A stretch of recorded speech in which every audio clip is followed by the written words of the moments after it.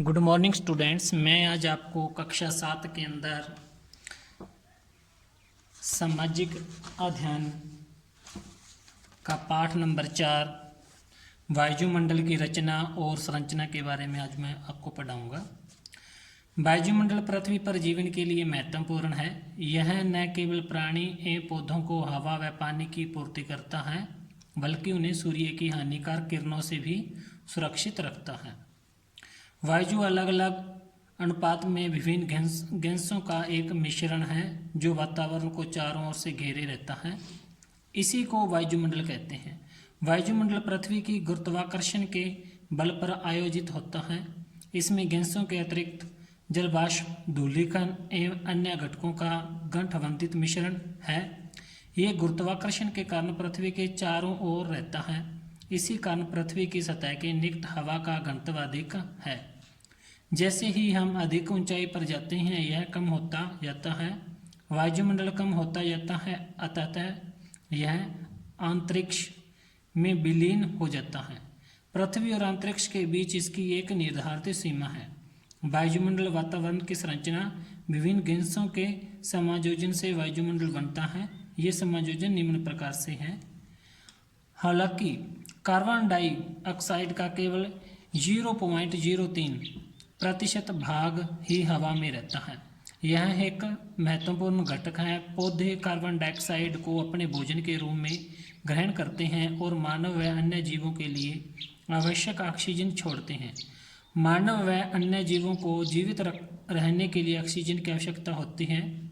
Ozone की परतें हमें सूर्य की परावैंगनी किरणों के हानिकारक प्रभावों से बचाती है। विभिन्न गैसों के अतिरिक्त छोटे छोटे सूक्ष्म धूल के कण भी हवा में विद्यमान रहते हैं। ये छोटे कण जलवाष्प एवं वर्षा से पुनः पृथ्वी पर भूमि पर आ जाते हैं।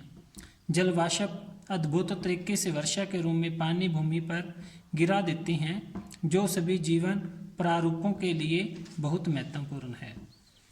और इसी के साथ एक हानिकारक कण भी पानी के साथ भूमि पर आ जाते हैं और हमारा वायुमंडल पुनः स्वच्छ हो जाता है।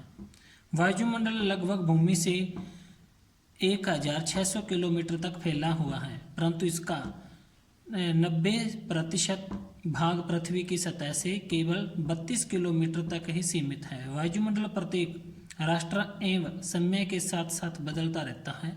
वायुमंडल की संरचना। वायुमंडल को 5 विभिन्न परतों में बांटा गया है, जो निम्न प्रकार है।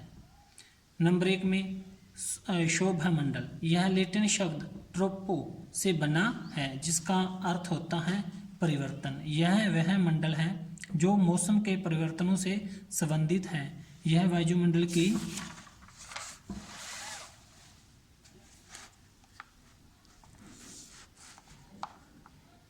सबसे छोटी और महत्वपूर्ण परत है। यह दिन में हमें सूर्य से बचाता है और रात में पृथ्वी को गर्म रखता है। शोभमंडल वायुमंडल की महत्वपूर्ण परत है। इसकी मोटाई भूमध्य रेखा के ऊपर ध्रुव पर 8 से 18 किलोमीटर है। इस परत में ऊंचाई के साथ तापमान कम हो जाता है। इसमें 165 मीटर दूरी पर तापमान 1 डिग्री होता है। इसको लप्स दर कहा जाता है।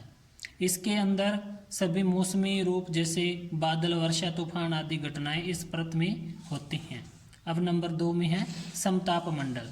यह परत पृथ्वी की सतह से 50 किलोमीटर तक फैली रहती है।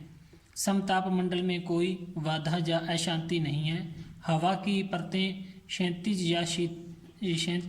या सीधी है। यह अच्छा संयोजन है। इसका अर्थ है कि इसमें बादल एवं अन्य बाधक तत्व नहीं है। इस परत में हवाई यात्रा सबसे सुरक्षित है। इसमें हवाओं का अधिक जोर नहीं है, इसलिए जेट विमान सामान्य तौर पर इस परत में जाते हैं और इसमें ओजोन गैस का बंध है, जो हमें सूर्य की हानिकारक परावैंगनी किरणों से बचाता है। तापमान अधिक या कम अपने निचले हिस्से में स्थिर बना होता है, लेकिन ऊपरी भाग में तापमान तेजी से बढ़ता है। नंबर 3 में है मध्य मंडल। यह परत समताप मंडल से 80 किलोमीटर ऊपर स्थित है। यहाँ तापमान ऊंचाई के साथ कम हो जाता है और मध्यमंडल के अंत तक 100 डिग्री सेल्सियस तक पहुंच जाता है। इस परत में सबसे कम तापमान रहता है। नंबर 4 में है आयन मंडल। इसमें विद्युत आयन कण होते हैं जो संचार संकेतों को प्रसारित करते हैं। रेडियो तरंगें इस परत से पृथ्वी पर वापस आती है। यह उपग्रह से संचार संकेतों को संचारित करने में मदद करता है। यह परत 80 किलोमीटर से 500 किलोमीटर ऊपर तक फैली है। नंबर 5 में है ब्रह्मंडल। यह वायुमंडल की सबसे बाहरी परत है जो हवा में अंततः अंतरिक्ष में विलीन हो जाती है।